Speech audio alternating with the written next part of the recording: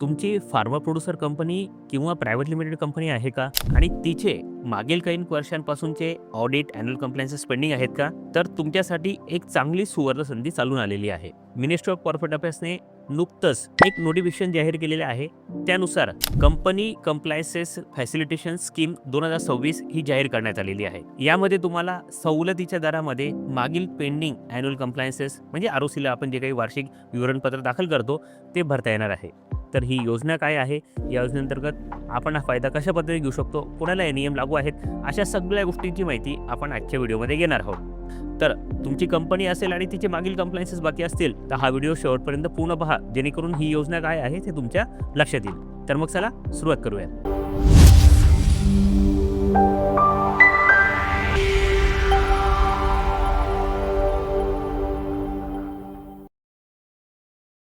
नमस्कार, मी देवेंद्र मोहिते सूर्यवंशी आपले स्वागत करतो आजच्या व्हिडिओमध्ये. गेल्या 24 फेब्रुवारी 2026 रोजी मिनिस्ट्री ऑफ कॉर्पोरेट अफेअर्सने एक नोटिफिकेशन जाहीर केलं आणि त्याद्वारे कंपनी कम्प्लायन्सेस फॅसिलिटेशन स्कीम 2026 ही योजना जाहीर केली. यानुसार कंपन्यांचे मागील काही कम्प्लायन्सेस पेंडिंग असतील तर ते सवलतीच्या दरात करण्यासाठी आपल्याला एक सुवर्ण संधी चालून आलेली आहे. या योजनेअंतर्गत आपल्याला फक्त जी काही लेट फी येईल तिच्या 10% लेट फी भरून आपल्याला हे सगळे ॲन्युअल कम्प्लायन्सेस करता येणं शक्य होणार आहे. सध्या ज्या कंपन्यांचे ॲन्युअल कम्प्लायन्सेस बाकी आहेत त्यांची लेट फी ही खूप मोठी लागते, ती अगदी लाखो रुपयांपर्यंत सुद्धा जाऊ शकते. परंतु या स्कीम अंतर्गत आपण फक्त 10% रक्कम भरून हे मागील कम्प्लायन्सेस पेंडिंग पूर्ण करू शकतो. यासाठी आपल्याला ती फॅसिलिटी अवेलेबल झालेली आहे. उदाहरणादाखल AOC4, MGT7 हे दोन मुख्य फॉर्म आहेत की या दोघी फॉर्म्सला 100 रुपये पर डे लेट फी लागते आणि ही लेट फीला अप्पर लिमिट काहीच नाहीये. म्हणजे अगदी आपण 2 वर्षात 3 वर्षानंतर कम्प्लायन्स केले तर जितके दिवस तो उशीर झालेला आहे तितके दिवसांचं 100 रुपये प्रमाणे कॅल्क्युलेशन करून आपल्याला ही लाखो रुपयापर्यंतची लेट फी भरावी लागत होती. परंतु आता असं करायची गरज नाहीये. आपल्याला फक्त 10% लेट फी भरून, जे लेट फीची जी काही रक्कम आहे त्यापैकी 10% रक्कम भरून आपल्याला ॲन्युअल कम्प्लायन्सेस करता येतील. याचं उदाहरण द्यायचं झाल्यास यामध्ये फॉर्म फिलअप करताना जी काही नॉर्मल फी लागते 400 रुपये असेल, 500 रुपये असेल, ती भरावीच लागणार आहे. त्यापासून आपली सुटका नाही आहे. परंतु जी काही ॲडिशनल फी लागते 100 रुपये पर डे ती आपल्याला 10% स्वरूपात भरावी लागेल. जसं की आपलं मागील 1 वर्षापासून आपले ॲन्युअल कम्प्लायन्सेस बाकी आहे, मग याच्यासाठी लेट फी होईल 365 दिवसासाठी 100 रुपये प्रमाणे 36,500 रुपये. परंतु या स्कीम अंतर्गत आपण फक्त 3,650 रुपये इतकीच लेट फी भरून आपण हे ॲन्युअल कम्प्लायन्सेस पूर्ण करू शकतो, जे फक्त 10% रक्कम आपल्याला भरून पुरेसं होणार आहे. ज्या पद्धतीने काही फॉर्म आहेत की ज्यांना अप्पर लिमिट आहे, जसं की NDT1, यासाठी जास्तीत जास्त 48 रुपयापर्यंत लेट फी लागते जर छोटी कंपनी असेल तर. त्यासाठी तर 4800 रुपयाच्या ऐवजी फक्त आपण 400 रुपये लेट फी भरून हे ॲन्युअल कम्प्लायन्सेस पूर्ण करून घेऊ शकतो. आणि लक्षात घ्या, ही जी सवलत आहे ती फक्त ॲन्युअल कम्प्लायन्सेसच्या फॉर्मसाठी आहे. INC20 असेल किंवा इतर दुसरे काही फॉर्म्स असतील यासाठी ही सवलत लागू नाही. त्यासाठी जी काही दंड पेनल्टीज आपली भरावे लागतात ते नियमित त्या पद्धतीनेच भरावं लागेल. यामध्ये कुठलाही फरक पडणार नाही आहे. फक्त ॲन्युअल कम्प्लायन्सेसचे जे काही फॉर्म आहेत, AOC4 असेल, MGT7 असेल, NDT असेल, यासाठीच ही स्कीम लागू आहे. सगळ्या फॉर्मसाठी ही स्कीम लागू नाही आहे. आता ह्या योजनेचा कालावधी काय आहे, म्हणजे योजनेचा लाभ आपण कधी घेऊ शकतो? तर या योजनेचा कालावधी आहे 15 एप्रिल 2026 ते 15 जुलै 2026. या 3 महिन्याच्या आत आपल्याला ॲन्युअल कम्प्लायन्सेस पूर्ण करता येतील.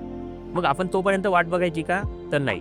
आपल्या कंपन्यांचं जर ऑडिट पेंडिंग असेल तर आपण आपल्या कन्सल्टंटकडून किंवा आमच्याशी संपर्क करून याचे मागचे जे काही रेकॉर्ड्स आहेत, अकाउंटिंग आहे, ते आधी पूर्ण करून घ्यावं. ऑडिट रिपोर्टसाठी आवश्यक असणारी सगळी माहिती आपण जमा करून घ्यावी, जेणेकरून योग्य वेळ ही योजना जेव्हा सुरू होईल त्यावेळेमध्ये आपला सगळा डेटा तयार असेल आणि आपल्याला फक्त फॉर्म भरून याचे कम्प्लायन्सेस करणं इतकंच विषय आपल्याला यासाठी पेंडिंग ठेवावं लागेल. कारण की फक्त 3 महिन्याचा कालावधी आहे. 3 महिन्यात आपल्याला हे सगळे कम्प्लायन्सेस करायचे आहेत आणि त्यावेळी सगळ्या जणांची गर्दी होऊन MCA पोर्टल जर बंद पडलं तर आपल्याला हे वेळेत कम्प्लायन्सेस करता येणार नाही आणि या योजनेचा आपल्याला लाभ घेता येणार नाही. त्यामुळे आपण आधीपासून प्रिपरेशन करून ठेवली तरच ते योग्य राहील.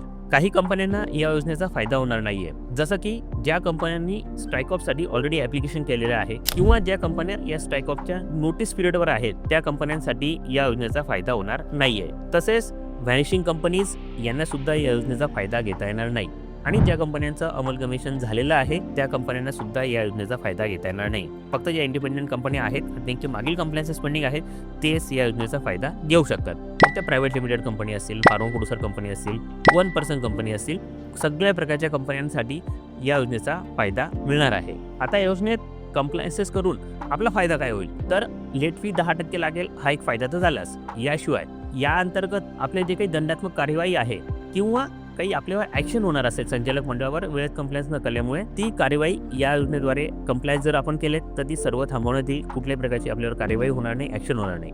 पण जर आपण या योजनेत कंप्लायन्स केलं नाही आणि आपले कंप्लायन्सेस पेंडिंग राहिले तर ROCकडून MCकडून आपल्याला नोटिसेस येतील, त्यांची उत्तरं आपल्याला द्यावी लागतील आणि पुढे जे काही कंप्लायन्स करावे लागतील ते दंडासहित करावे लागतील. यामध्ये कुठल्याही प्रकारची सूट आपल्याला मिळणार नाही. त्यामुळे जर तुमच्या कंपन्यांचे मागील ऑडिट, ॲन्युअल कंप्लायन्सेस या सगळ्या गोष्टी पेंडिंग असतील आणि त्यासाठी आमचं काही सहकार्य हवे असेल, आमच्या काही व्यावसायिक सेवा असतील, तर स्क्रीनवर दिलेल्या WhatsApp नंबरवर आपण आमच्याशी संपर्क करू शकतात. आमचे प्रतिनिधी या योजनेअंतर्गत आपल्याला कसा फायदा घेता येईल, आपले किती पैसे वाचू शकतील, या सगळ्या गोष्टींची माहिती आपल्याला उपलब्ध करून देतील. फार्मा प्रोड्युसर कंपनीज असतील, त्यांचे मागील कंप्लायन्सेस पेंडिंग असतील, त्यांनी सुद्धा आवर्जून या योजनेचा फायदा घ्यावा. आणि बऱ्याच फार्मा प्रोड्युसर कंपन्या आहेत की ज्यांची नोंदणी झालेली आहे, परंतु त्यांनी कुठल्याही प्रकारचे ॲन्युअल कंप्लायन्स केले नाही आहेत आणि अशावेळी त्यांना योजनेचा चांगल्या पद्धतीने फायदा घेता येईलच. आजच्या व्हिडिओमध्ये एवढंच. या व्हिडिओतली माहिती तुम्हाला आवडली असल्यास, उपयुक्त वाटली असल्यास या व्हिडिओला लाईक करा. जास्तीत जास्त लोकांपर्यंत हा व्हिडिओ शेअर करा, जेणेकरून त्यांना सुद्धा या योजनेबाबत माहिती होईल आणि ते फक्त 10% दंड भरून या योजनेअंतर्गत आपले कंप्लायन्सेस पूर्ण करू शकतील. आणि अशाच पद्धतीने उद्योग व्यवसाय संदर्भात व्हिडिओज पाहण्यासाठी आमचे चॅनल सबस्क्राईब पण करा. बेल आयकॉन पण दाबा, जेणेकरून आम्ही कुठलाही व्हिडिओ अपलोड केल्यास त्याचं नोटिफिकेशन तुम्हाला लगेच मिळेल. आपण हा व्हिडिओ पूर्ण पाहिलात यासाठी धन्यवाद.